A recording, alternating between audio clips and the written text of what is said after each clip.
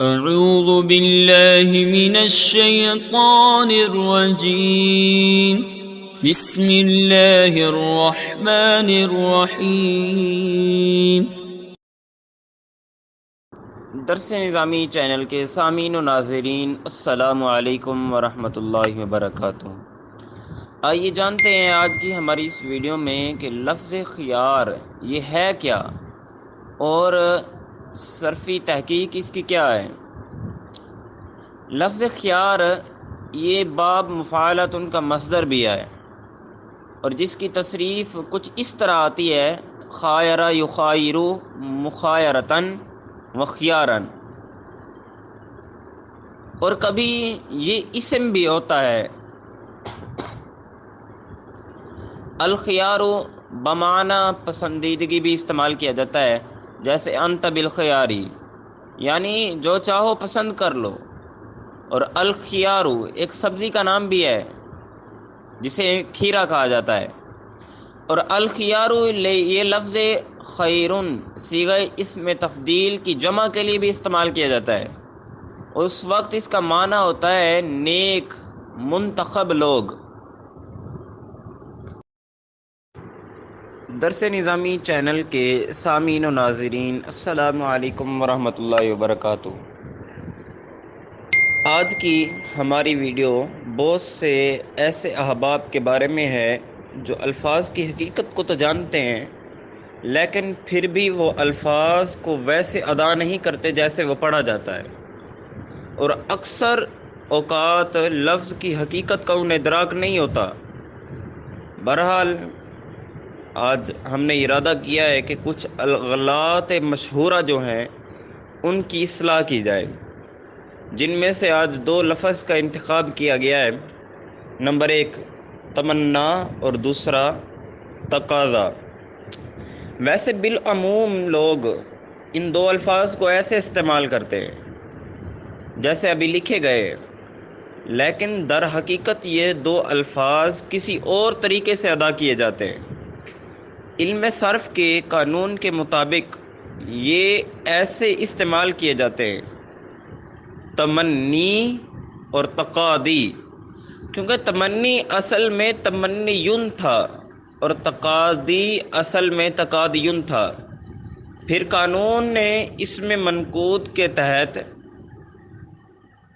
اس کے اندر جب یہ قانون جاری کیا گیا جس کو قاضی کا قانون کہا جاتا ہے، اور علامہ تفتازانی علیہ رحمہ نے سعدیہ میں ذکر کیا ہے کہ اگر کسی کلمہ میں یا پر ضمہ ہو تو یہ کلمہ میں ثقالت پیدا کرتا ہے، پھر اس ضمہ کو حذف کر کے اجتماع ساکنین کی وجہ سے یا کو حذف کیا جاتا ہے، تو تمنی یون سے تمنن ہو گیا اور تقاضیون سے تقاضین بن گیا۔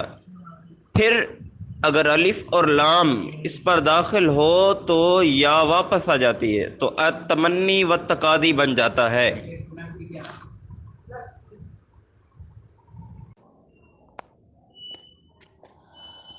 درس نظامی چینل کے سامعین و ناظرین، السلام علیکم ورحمۃ اللہ وبرکاتہ۔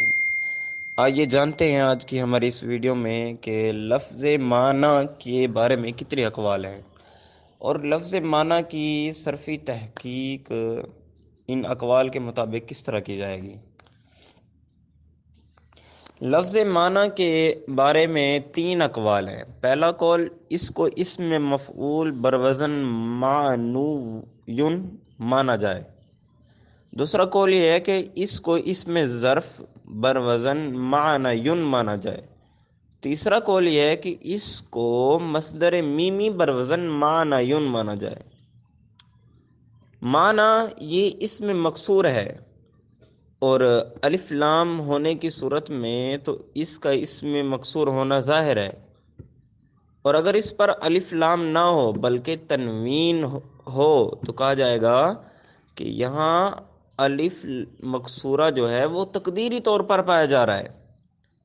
اعتراض ہوا کہ اگر کوئی کہے کہ آپ اس اسم مکسورہ کو اسم المعنی کو آپ اسم مکسورہ کہتے ہیں، یعنی اس کے آخر میں الف مکسورہ ہے، اور الف مکسورہ یہ ایک ایسا سبب ہے جو کسی بھی اسم کو غیر منصرف کرنے کے لیے کافی ہے۔ تو آپ کے حساب سے معنی کو غیر منصرف ہونا چاہیے تھا، حالانکہ ایسا تو نہیں ہے، بلکہ معنی تو منصرف ہے۔ جواب دیا کہ الف مکسورہ اور الف ممدودہ یہ دو سبب کے قائم مقام مانا جائے گا۔ جو الف مکسورہ اور ممدودہ زائدہ ہو، اصلی نہ ہو، جیسے علماء، صحراؤ وغیرہ، اور اگر یہ اصلی ہو، الف ممدودہ اور الف مکسورہ اصلی ہو، تو ان کو دو سبب کے قائم مقام نہیں مانا جائے گا، اور نہ ہی ان کی وجہ سے وہ اسم غیر منصرف ہوگا، جیسے سماعن، معنا، یہ وغیرہ اس طرح کے الفاظ۔ اس میں ظرف یا مصدر میمی اگر مان لیا جائے اسے، تو اس کی تعلیل اس طرح ہوگی کہ یہ اصل میں معنی تھا، اس کو آسانی کے لیے کچھ اس طرح لکھ لیتے ہیں، معنی۔ اب قاعدہ ہے کہ واو یا یا متحرک ما قبل مفتوح ہو تو واو یا یا کو الف سے بدلنا واجب ہے۔ تو یا متحرک ما قبل مفتوح ہونے کی وجہ سے یا کو الف سے بدلا تو معنان ہو گیا۔ اب اجتماع ساکنین کی وجہ سے الف کو گرا دیا تو یہ معنن ہو گیا، جس کو اس طرح بھی لکھتے ہیں معنن، اور الف لام ہو تو المعنی لکھتے ہیں۔ اور معنی کو اس میں مفعول مانا جائے تو اس کی تعلیل کچھ اس طرح ہوگی کہ یہ اصل کے اندر معنوین تھا۔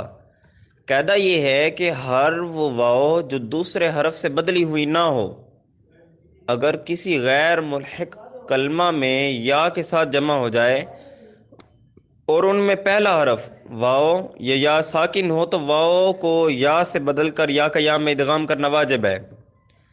تو واو کو یا سے بدل کر یا کا یا میں ادغام کیا تو یہ معنوین ہو گیا۔ پھر یا کی مناسبت سے ما قبل کے ضمہ کو کسرہ سے بدل دیا، اور کثرت استعمال کی وجہ سے خلاف قیاس ایک یا کو گرا دیا۔